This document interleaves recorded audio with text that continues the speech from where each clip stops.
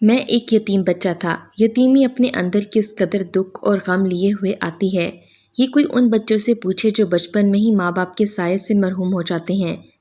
میں بھی ایک ایسا ہی بچہ تھا جو دنیا میں تنہا تھا۔ کہنے کو تو میں ایک بہت بڑے گھر اور خاندان کا فرد تھا، مگر اتنے بہت سے رشتوں کے ہوتے ہوئے بھی میں بالکل تنہا تھا۔ یہ دنیا ایک تپتی ہوئی زمین تھی اور میں بغیر کسی سائے کے اس کڑی دھوپ میں کھڑا جھلس رہا تھا۔ رشید، عاطف اور رمیز، منیر، یہ سب تقریباً میرے ہم عمر تھے۔ یہ چاروں ہر صبح دیسی گھی کے پراٹھوں کے ساتھ دیسی مکھن اور انڈوں کا ناشتہ کرتے اور پھر گھر سے 2 میل دور اسکول جانے کے لیے نکل کھڑے ہوتے۔ اسکول تو میں بھی جاتا، مگر ان چاروں کے اسکول کے بیگ اٹھا کر انہیں اسکول پہنچانے کے لیے۔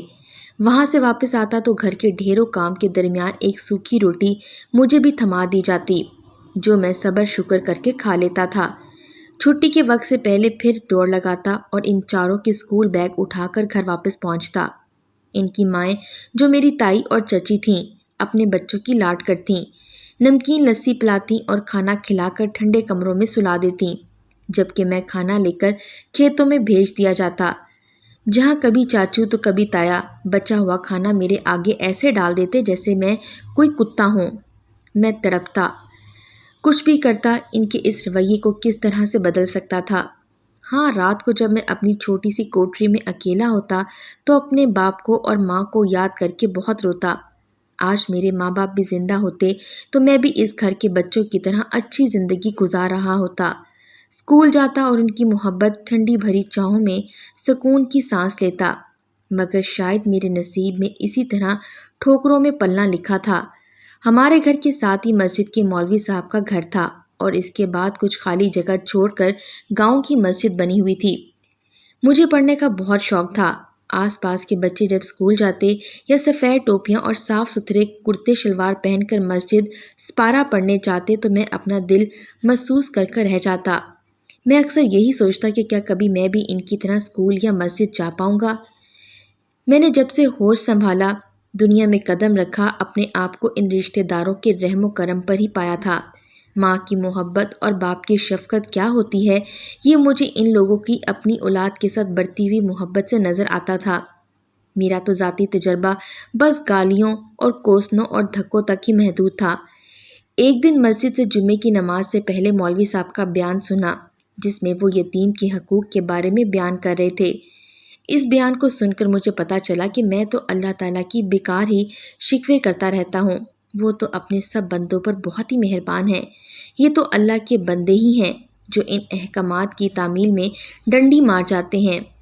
اس دن رات میں اپنی کوٹری میں لیٹ کر میں نے پیارے اللہ کا بہت شکر ادا کیا۔ اس دن کے بعد سے میرے دل میں علم حاصل کرنے کی ایک انوکھی سی لگن پیدا ہو گئی، جبکہ میں اچھی طرح سے جانتا تھا کہ یہ پھل مجھ پر میرے رشتہ داروں کی طرف سے حرام کر دیا گیا ہے۔ پھر بھی ہر گزرتے دن کے ساتھ اس خواہش کی شدت میں اضافہ ہوتا جا رہا تھا۔ میرے چچا کی ایک چھوٹی بیٹی امام صاحب کی بیگم سے سپارہ پڑھنے جاتی تھی۔ اسے برابر والے گھر ہی جانا ہوتا تھا، مگر پھر بھی مجھے ساتھ بھیجا جاتا۔ میں اسے دروازے سے اندر کر کے خود ہی وہاں بیٹھ جاتا۔ مولون صاحبہ بڑی نیک اور اللہ والی عورت تھیں۔ وہ میرے حالات سے واقف تھیں، میرے ساتھ ہونے والے سلوک پر دل گرفتہ بھی نظر آتیں، مگر وہ بیچاری کیا کر سکتی تھیں؟ ہاں، جو ان کے بس میں تھا وہ کرتی تھیں۔ سخت گرمی میں مجھے دروازے پر نمکین لسی کا گلاس پکڑا دیتیں، کبھی گھی والا پراٹھا چپکے سے باہر بھیج دیتیں۔ سردیوں میں بھی میرے ٹھٹرتے وجود پر رحم کھاتے ہوئے کبھی گرم جرابیں پہنا دیتیں یا کبھی مفلر یا ٹوپی۔ میرے پورے 24 گھنٹوں میں صرف یہ واحد کام تھا جو میں دل کی خوشی سے انجام دیتا تھا۔ یہ نگرانی پر دروازے پر بیٹھنا مجھے ایسا لگتا تھا جیسے یہ وقت چند لمحوں میں گزر جاتا ہے۔ مولوی صاحب کے گھر کے باہر ایک نیم کا گھنا درخت تھا، جس کے نیچے سیمنٹ کا پکا چبوترا بنا ہوا تھا۔ اس چبوترے پہ شام کے وقت ٹھنڈے پانی کا چھڑکاؤ کر دیتا اور اسے جھاڑو سے صاف بھی کر دیتا۔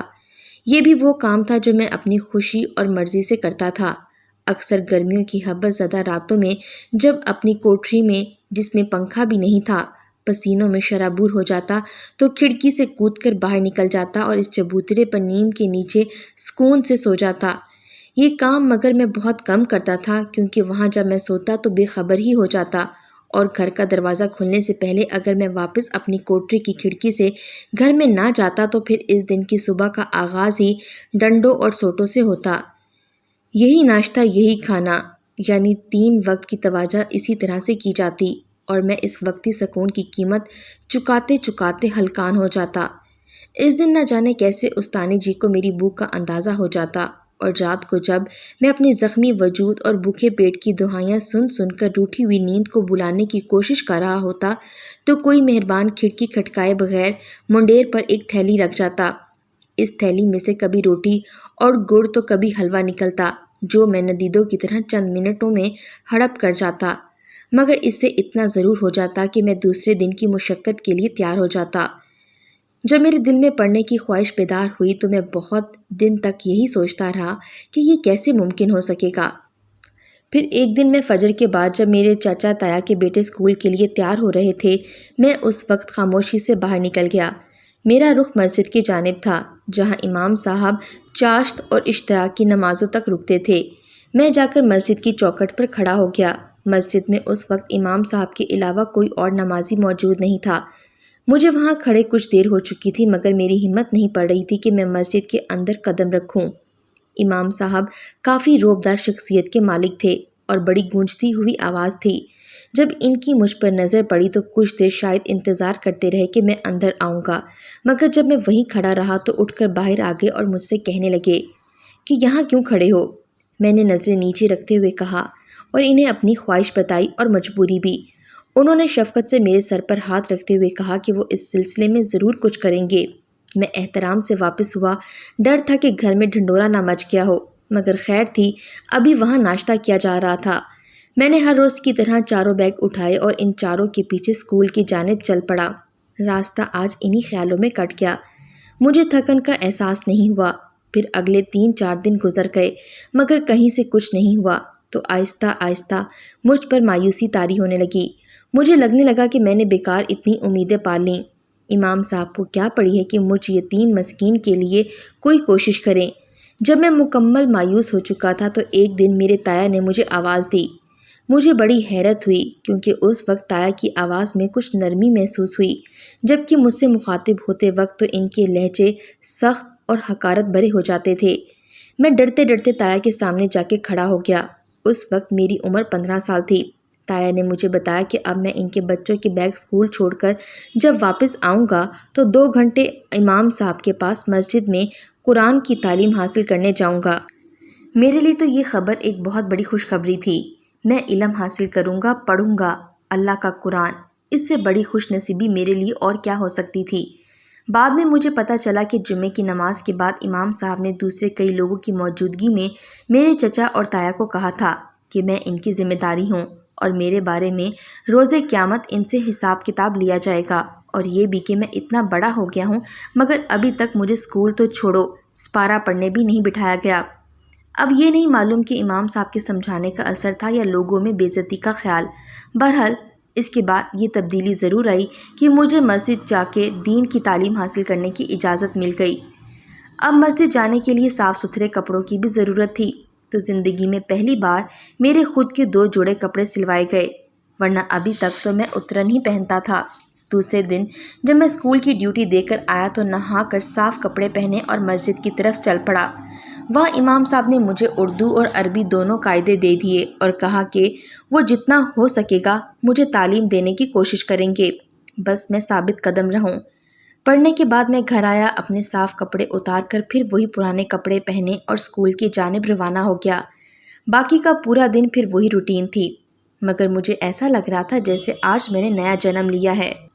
میری چاچی اور تائی کو یہ بات بہت بری لگی تھی کہ اب گھر کے چھوٹے چھوٹے کام جو میں صبح کر دیتا تھا وہ انہیں خود کرنے پڑ رہے تھے۔ انہوں نے اس بات پر شور بھی کیا، مگر نہ جانے امام صاحب کی کون سی بات میرے تایا کے دل کو لگ گئی تھی۔ وہ اب مجھ سے کافی بہتر سلوک کرنے لگے تھے۔ میری زندگی کی مشکلات ابھی ختم تو نہ ہوئی تھیں، مگر اب دین کی تعلیم اور امام صاحب کی صحبت میں رہنے سے میں کافی سدھرتا جا رہا تھا۔ 4 سال کا عرصہ اسی طرح سے گزر گیا۔ میں اب امام صاحب سے بہت کچھ سیکھ گیا تھا۔ قرآن پاک کی تعلیم کے ساتھ ساتھ انہوں نے مجھے عربی اور اردو بھی لکھنا پڑھنا سکھا دی۔ ساتھ ہی ساتھ وہ میری تربیت بھی کر رہے تھے۔ اب اکثر مجھ سے اذان بھی دلواتے اور مسجد میں آنے والے بچوں کو سپارہ پڑھانا بھی میرے ذمہ ہو چکا تھا۔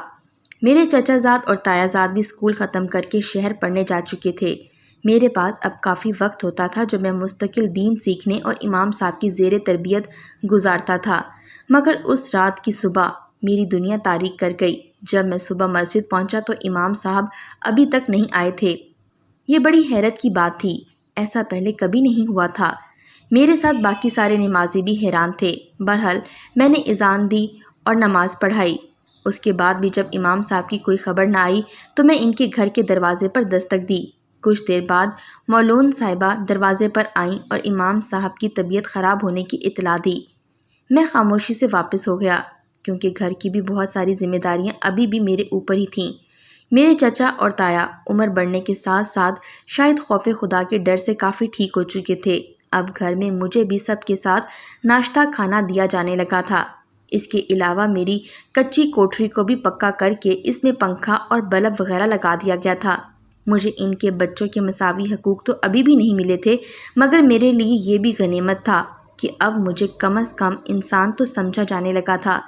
میرے لیے تو یہ بہت ہی بڑی نعمت تھی اور یہ سب مجھے امام صاحب کی صحبت کا فیض ہی لگتا تھا۔ دوپہر میں جب ظہر کی نماز کے وقت میں مسجد گیا تو امام صاحب اس وقت بھی موجود نہ تھے۔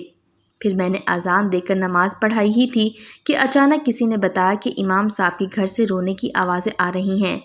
میں بھاگم بھاگ امام صاحب کے دروازے پر پہنچا اور دستک دی تو اس بات کی تصدیق ہو گئی کہ امام صاحب کا انتقال ہو گیا ہے۔ مجھ پر تو غم کا پہاڑ ٹوٹ پڑا۔ مجھے ایسا لگنے لگا جیسے میں ایک بار پھر سے یتیم ہو چکا ہوں۔ میرے قدم لرز رہے تھے اور چہرہ آنسوؤں سے تر ہو چکا تھا۔ میں ہمت کر کے مسجد کی طرف گیا اور امام صاحب کے انتقال کر جانے کا اعلان کر دیا۔ پورا گاؤں مسجد میں جمع ہو چکا تھا۔ ہر کوئی افسردہ تھا۔ امام صاحب کا کوئی بیٹا نہ تھا، اس لیے سب نے مل کر کفن دفن کی تیاری کر لی۔ طے یہ پایا کہ مغرب کے وقت نماز جنازہ پڑھ کر میت اٹھا دی جائے گی۔ مگر جب سب لوگوں نے مجھے امام صاحب کے گھر بھیجا کہ مولون صاحبہ سے اجازت لے لوں تو آگے سے انہوں نے ایک عجیب بات کہہ دی۔ میں ان کی بات سن کر چپ رہ گیا، مگر یہ وقت بحث کا نہیں تھا۔ میں مسجد واپس گیا اور لوگوں کو بتا دیا کہ امام صاحب کی بیگم کا کہنا ہے کہ ابھی نماز جنازہ نہیں پڑھایا جائے گا۔ مگر کیوں؟ بہت سی آوازیں ایک ساتھ گونجی اور لوگ سوالیہ نظروں سے مجھے دیکھنے لگے۔ میں نے جو سنا تھا وہ انہیں بھی بتا دیا۔ سب لوگ حیرت میں مبتلا ہو چکے تھے کیونکہ امام صاحب کی بیوی نے کہا تھا کہ امام صاحب نے مرنے سے پہلے وصیت کی تھی کہ جب ان کا انتقال ہو جائے تو ان کی میت ایک رات کے لیے چھت پر رکھ دی جائے، اس کے بعد دوسرے دن ان کی نماز جنازہ پڑھائی جائے۔ سب لوگ تجسس میں تھے کہ وصیت پر عمل کیے بغیر چارہ بھی نہیں تھا۔ اب امام صاحب کے جنازے کو چھت پر رکھ دیا گیا اور سب لوگ اپنے اپنے گھروں میں چلے گئے۔ صبح اٹھ کر تدفین کریں گے، مگر مجھے یہ بات ہضم نہیں ہو رہی تھی۔ آخر امام صاحب نے ایسی وصیت کیوں کی؟ جب سب لوگ چلے گئے اور رات کافی گزر گئی تو میں رہ نہ سکا اور چپ چاپ سے اپنی چھت پر چڑھ کر امام صاحب کی چھت پر چلا گیا۔ وہاں میں نے ایک کونے میں چھپ کر بیٹھ گیا اور پھر میں نے جو منظر دیکھا اسے دیکھ کر میں پتھر کا ہو گیا۔ میں جس طرح گیا تھا یہ سب دیکھ کر اسی طرح واپس اپنی چھت پر آ گیا۔ دوسرے دن امام صاحب کی نماز جنازہ پڑھا کر ان کی تدفین کر دی گئی۔ اب مسجد کی امامت میرے سپرد تھی۔ میرا زیادہ تر وقت اب بھی مسجد میں ہی گزرتا تھا۔ میرے رشتہ داروں نے بھی اس بات کو قبول کر لیا تھا اور اب میری کافی عزت کرنے لگے تھے۔ میں بھی پوری کوشش کرتا تھا کہ ماضی میں ان کی گئی زیادتیوں کو ذہن سے جھٹک دوں۔ اللہ تعالیٰ کے کرم سے مجھے گاؤں میں بے حد عزت ملی تھی۔ اب سب مجھ سے نظر جھکا کر بات کرتے، اپنے بچوں کو میرے پاس دین سیکھنے کو بھیجتے، میری امامت میں نماز ادا ہوتی، مجھ سے اپنے پیاروں کی مغفرت کی دعا کرواتے۔ میں اپنے آپ کو نہایت خوش نصیب سمجھتا تھا۔ میں جو جانوروں کی جیسی زندگی گزار رہا تھا، اللہ کے کرم اور امام صاحب کی توجہ سے کہاں پہنچ چکا تھا۔ مولون صاحبہ کی جب عدت پوری ہوئی تو میں نے اپنے تایا کو کہہ کر ان کی بیٹی کے لیے اپنا رشتہ بھیج دیا۔ دوسری طرف میرے رشتہ داروں کو بھی اللہ نے ہدایت سے نوازا تھا اور انہوں نے زمین میں سے جو میرے باپ کا حصہ تھا وہ مجھے دے دیا تھا۔ میرا رشتہ قبول کر لیا گیا تھا اور جب کچھ مہینوں بعد میری شادی ہو گئی تو ایک دن میں نے موقع پا کر اپنی ساس سے یہ سوال کر ہی لیا۔ وہ میرا سوال سن کر حیرت زدہ رہ گئیں اور یک ٹک مجھے دیکھنے لگیں۔ میں منتظر رہا کہ وہ کچھ کہیں گی، مگر وہ خاموش رہیں۔ تو بس میں بھی اس وقت خاموشی رہا اور وہاں سے اٹھ گیا۔ میں نہیں چاہتا تھا کہ میری کسی بھی بات سے ان کو کوئی تکلیف پہنچے۔ مجھے آج بھی بچپن میں ان کی گئی مہربانیاں اچھی طرح سے یاد ہیں۔ میری نظر میں ان کی اسی طرح سے عزت تھی جیسے پہلے تھی، مگر میں نے اس دن جو دیکھا تو وہ سوال مجھے چین نہیں لینے دے رہا تھا۔ کچھ دن بعد وہ ایک دن خود ہمارے گھر چلی آئیں۔ اب میں نے مسجد کے برابر والی خالی جگہ پر اپنے لیے ایک مکان بنا لیا تھا، جہاں میں اپنی بیوی کے ساتھ ایک بہت اچھی زندگی گزار رہا تھا۔ میری بیوی نہایت نیک اور عبادت گزار ہونے کے ساتھ ساتھ شوہر کی فرما بردار بھی تھی، اور اس نے میرے گھر کو جنت بنا دیا تھا۔ جب میری ساس میرے گھر آئی اس وقت میری بیوی کسی کام سے گئی ہوئی تھی۔ میں نے ان سے کہا کہ آپ کی بیٹی تو گھر پر نہیں ہے۔ انہوں نے مجھ سے کہا کہ وہ جان بوجھ کر ایسے وقت پر آئی ہیں جب ان کی بیٹی گھر پر نہیں ہے، کیونکہ وہ جو بات کرنا چاہتی ہیں نہیں مناسب کہ وہ بات وہ بیٹی کے سامنے کریں۔ پھر انہوں نے مجھ سے کہا، میری اس بات میں کوئی غلط بیانی نہیں تھی جو میں نے اپنے شوہر کی وصیت کے متعلق کہی تھی۔ میں نے کہا، آپ مجھے بتائیں جو بھی حقیقت ہے، آپ جو بھی کہیں گی وہ راز بن کر میرے سینے میں ہی رہے گا۔ بس یقین دہانی کے بعد انہوں نے جو بتایا وہ یہ تھا، ان کی شادی کو 10 سال گزر چکے تھے، مگر ان کے گھر اولاد نہ ہو سکی تھی۔ انہوں نے امام صاحب سے کئی بار کہا کہ وہ دوسری شادی کر لیں، مگر وہ شریف النفس انسان نہیں مانے۔ اس گاؤں میں آنے سے پہلے ہم لوگ جہاں رہتے تھے وہاں ہمارا گھر گاؤں کے بالکل شروع میں تھا، بس کے بعد کافی دور جا کر آبادی تھی۔ ایک دن رات کے وقت دروازے پر زوردار دستک ہوئی۔ امام صاحب نے جا کر دروازہ کھولا تو وہاں ایک خوبصورت لڑکی کھڑی تھی جو بے حد ہراساں تھی۔ اس نے کالی چادر میں خود کو لپیٹا ہوا تھا۔ دروازہ کھلتے ہی وہ گھر میں آ گئی۔ وہ بہت خوف زدہ لگ رہی تھی۔ میں اسے اندر لے گئی، اسے تسلی دی اور کہا کہ وہ آرام سے سو جائے، صبح بات کریں گے۔ دوسرے دن اس کی حالت کچھ سنبھل گئی تو میں نے اس سے پوچھا کہ وہ اتنی رات گئے کہاں سے آ رہی تھی۔ اس پر بس اس نے اتنا بتایا کہ اس کے سوتیلے ماموں نے اس کا سودا ایک عیاش شخص سے کر دیا تھا جو بس عزت کے در پر تھا، اور بڑی مشکل سے اپنی جان بچا کر بھاگی اور پہلی نظر آتے گھر کے دروازے پر دستک دے دی۔ بہرحال وہ ہمارے ساتھ ہی رہنے لگی تو میرے دل میں پھر سے یہ خیال آیا کہ امام صاحب کی شادی کروا دوں تاکہ اس گھر میں بھی بچے کی خوشی آ سکے۔ میں نے اسے یہ بات کہی تو وہ کہنے لگی کہ آپ میری بڑی بہن جیسی ہیں، میں نہیں چاہتی کہ ہمارے درمیان سوتن جیسا کڑوا رشتہ بنے۔ مگر میں نے اسے یقین دلایا کہ ایسا کچھ نہیں ہوگا، بلکہ وہ اگر ایسا کرے گی تو مجھ پر احسان ہوگا۔ میری بہت محنت سماجت کرنے پر وہ راضی ہو گئی، اور دوسری جانب میں نے اپنے شوہر کو بھی رو دھو کر راضی کر ہی لیا۔ اس شادی کے 1 سال بعد ہی ہمارے گلشن میں ہماری بیٹی پھول بن کر مہکنے لگی۔ اس نے وہ بچی پیدا ہوتے ہی میری گود میں ڈال دی تھی اور اس کے بعد ایک دم گوشہ نشین ہو گئی۔ میرے شوہر کو بھی اپنے پاس نہ آنے دیتی تھی، اور پھر جب ہماری بیٹی 1 سال کی ہوئی تو وہ اچانک کہیں غائب ہو گئی۔ ہم نے بہت ڈھونڈا مگر وہ نہیں ملی۔ میں تو سچ بات یہ ہے کہ بچی کو پا کر بہت خوش تھی۔ پھر میرے ہی اصرار پر امام صاحب وہاں سے گھر بار چھوڑ کر یہاں تمہارے گھر میں آ گئے، مگر چند سال قبل وہ میری سوتن اور میری بیٹی کی ماں خاموشی سے مجھ سے ملنے آئی اور اپنی بیٹی کو ایک نظر دیکھنے کی خواہش کا اظہار کیا۔ میں اسے دیکھ کر ڈر گئی تھی کہ وہ اپنا حق نہ جتانے لگ جائے، مگر اس نے مجھے تسلی دی کہ وہ گوشہ نشینی کی زندگی گزار رہی ہے، بس اولاد کی محبت میں ایک نظر دیکھنے چلی آئی۔ ساتھ ہی اس نے مجھ سے وعدہ بھی لیا کہ اگر اسے کچھ ہو گیا تو مجھ تک پیغام پہنچ جائے گا، پھر میرا فرض ہوگا کہ امام صاحب کو بطور محرم اس کا کفن دفن کرنے دیا جائے، اور اگر امام صاحب کو کچھ ہو جائے تو اسے اطلاع کر کے آخری دیدار کروا دیا جائے۔ تو بس رات میں امام صاحب کا جنازہ چھت پر رکھ کر اسی کا انتظار کر رہی تھی۔ ادھورا سچ کڑوا ہوتا ہے۔ اس رات میں نے تمہیں دیکھ لیا تھا، بس صحیح وقت پر تمہیں یہ سب بتانا چاہتی تھی۔ وقت نے مجھے اتنی مہلت ہی نہیں دی، اور اس کے بعد میری بیٹی کی شادی تم سے ہو گئی۔ میں نہیں چاہتی یہ راز میری بیٹی کو کبھی پتہ چلے، اور اس کے دل میں جو آج میرے لیے ماں والی چاہت ہے وہ کم ہو جائے، کیونکہ مولوی صاحب کے مرنے کے بعد اب میں بہت تنہا ہو گئی ہوں اور اس کی بے رخی نہیں برداشت کر پاؤں گی۔ میں نے انہیں تسلی دی، ان کے مجھ پر بہت احسانات تھے، میں ان کا راز راز ہی رکھوں گا۔